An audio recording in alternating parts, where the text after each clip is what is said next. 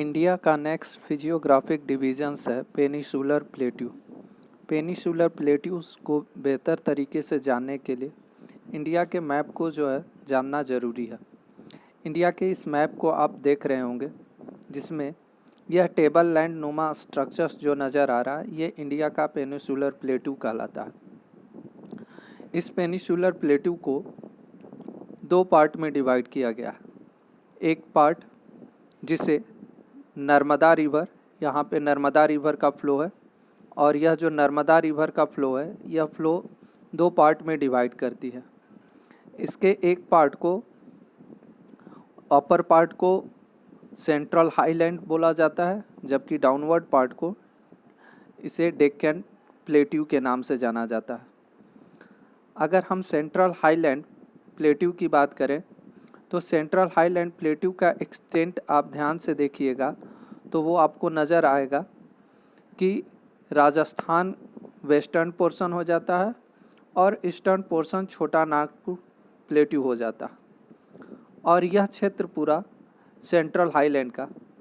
एक चीज़ देखने को मिलती है कि जैसे हम वेस्ट से ईस्ट की तरफ मूव करते हैं सेंट्रल हाईलैंड प्लेट्यू जो है नैरो बेल्ट में होता चला जाता है, जबकि वहीं दूसरी तरफ अगर बात की जाए तो यह जो डाउनवर्ड पोर्शन है जिसे हम डेक्कन प्लेट्यू के नाम से जानते हैं या डेक्कन ट्रैप भी कहते हैं, ब्लैक सॉइल के अवेलेबल होने के कारण यह एक ट्रायंगुलर शेप में नज़र आता है।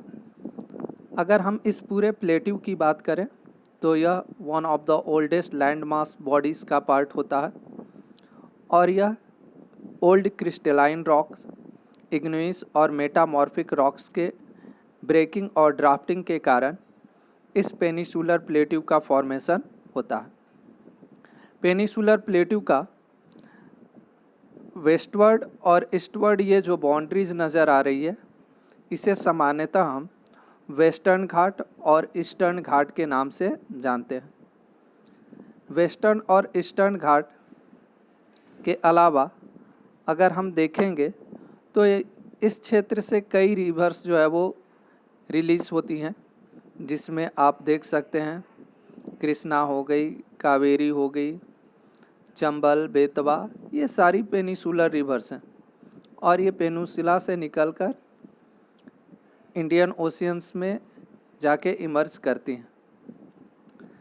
इसमें एक महत्वपूर्ण बात है ईस्टर्न घाट और वेस्टर्न घाट का डिविजन्स कैसे किया गया या डिफरेंसेस हम कैसे निकाल सकते हैं। जब हम ईस्टर्न घाट और वेस्टर्न घाट की बात करते हैं तो आप देख सकते हैं कि वेस्टर्न घाट एक रेगुलर माउंटेन कैरी करता है, जबकि ईस्टर्न घाट इरेगुलरिटी नज़र आती है, यानी माउंटेन्स के बीच कई तरह के ब्रेकेज हैं, रेगुलर नहीं है।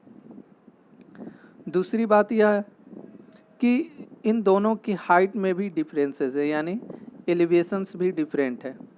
जहां ईस्टर्न घाट का एवरेज एलिवेशंस 600 मीटर है, वहीं वेस्टर्न घाट की अगर हम बात करें तो 900 मीटर से लेकर 1600 मीटर तक नज़र आता है। इसके अलावा अगर हम नेक्स्ट डिविजन्स की बात करें तो ईस्टर्न घाट का सबसे हाईएस्ट पीक जो है वो यहाँ पे लोकेटेड है, जिसे महेंद्रगिरी के नाम से जानते हैं, जो तकरीबन 1501 मीटर के आसपास है। जबकि वहीं अगर हम वेस्टर्न घाट के हाईएस्ट पीक की बात करें तो अनाईमुड़ी और डोडा बेटा, अनाईमुड़ी जो है वो इसका सबसे हाईएस्ट पीक है जो 2695 मीटर आसपास है।